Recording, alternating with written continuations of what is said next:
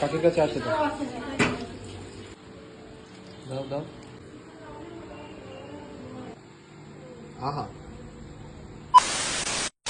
Hello guys, তোমরা সবাই কেমন আছো? আশা করি কিন্তু তোমরা সবাই ভালো আছো। আবার চলে আসলো নতুন একটা ব্র্যান্ড নিউ মিনি ব্লগ নিয়ে। দেখতে পাচ্ছ আজকে কিন্তু আমি বানাবো হচ্ছে বিরিয়ানি দাদা বৌদি স্টাইলে। দেখতে পাচ্ছ কি কি লাগে তোমরা দেখে নিয়েছো আগের থেকেই। ফার্স্টেই কিন্তু নিয়ে নিয়েছি আমি আতর, তারপরে কিন্তু দেখতে পাচ্ছ আলু বোকরা, তারপরে দেরাদুন রাইস, তারপরে কিন্তু আমি একটু দেখতে পাচ্ছ মাংসটা আছে, মাংসটা আমি হালকা করে ধুয়ে নিলাম। তারপরে আলুটা ছুলে আমি কিন্তু ওখানে কড়াইটার মধ্যে দিয়ে দিলাম পেঁয়াজটা, আর ওই পেঁয়াজের রসের মধ্যেই কিন্তু আমি দিয়ে দেবো আলুটা। আর আলুটা যেহেতু আমি দিয়েছি, আলুটা কিন্তু কালার হবে। আর ডান দিকে কিন্তু আমি বসিয়ে দিয়েছি চালটা। আর দেখতে পাচ্ছ আলুর কালারটা মারাত্মকভাবে চলে এসেছে। আর আলুগুলো একটু সাইড করে তারপরে কিন্তু আমি ওর মধ্যে দিয়ে দেবো চিকেনটা। তোমরা দেখতে পাচ্ছ চিকেনের কালারটাও এরকম ভাবে চলে আসবে। দেখতে পাচ্ছ চিকেনগুলো দিয়ে দিচ্ছে, চিকেনের কালারটা মারাত্মক হবে ভাই।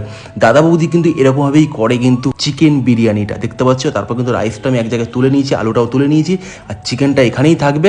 আর এখানে একটা হালকা করে একটা গামলা নিয়ে নিয়েছি, এর মধ্যে আমি দিয়ে দিলাম ফার্স্টে চিকেন আর আলুগুলো। তারপরে কিন্তু চিকেন আর আলুগুলো দেওয়ার পর আমি কিন্তু হালকা করে ওপর থেকে আলু ভোকরাগুলো দিয়ে দেবো, কারণ হচ্ছে আলু ভোকরা একটা আলাদাই কিন্তু টেস্ট আনবে এই বিরিয়ানিতে। আর বন্ধুরা, আলু ভোকরা দেওয়ার পর আমি কিন্তু ওর মধ্যে দিয়ে দেবো টক দইটা। দেখতে পাচ্ছ টক দই দেওয়ার পর ভাই বিরিয়ানির কালারটা আরো সুন্দর হবে। তারপরে কিন্তু আমি নিয়েছিলাম হচ্ছে কেশর, আর কেশর বাটির মধ্যে নেওয়ার পর আর কেশর আর দুধটা যখন আমি রাইসের উপর থেকে যখন আমি দেবো না কেশরটা, তখন দেখি বিরিয়ানির কালারটা অন্যরকমই হবে।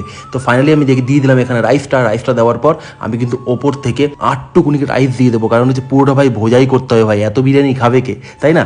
তারপরে কিন্তু ওপর থেকে আমি ঝোলটাও দিয়ে দেবো, কারণ হচ্ছে ঝোলটা হচ্ছে না দিলে কিন্তু কালার কিন্তু আসবে না বিরিয়ানিতে। তারপরে কিন্তু ঝোলটা পুরোপুরি দেওয়ার পর আমরা কিন্তু ওপর থেকে দিয়ে দেবো দুধটা, আর তারপরে দেবো কিন্তু আমার কেশরের ওই জলটা। আবার দেখতে পাচ্ছ কালারটা কিন্তু হলুদ হলুদ হালকা হালকা আসবে। তারপরে আমার একটা ফয়েল পেপার দিয়ে আটকে দেবো দম দেওয়ার জন্য।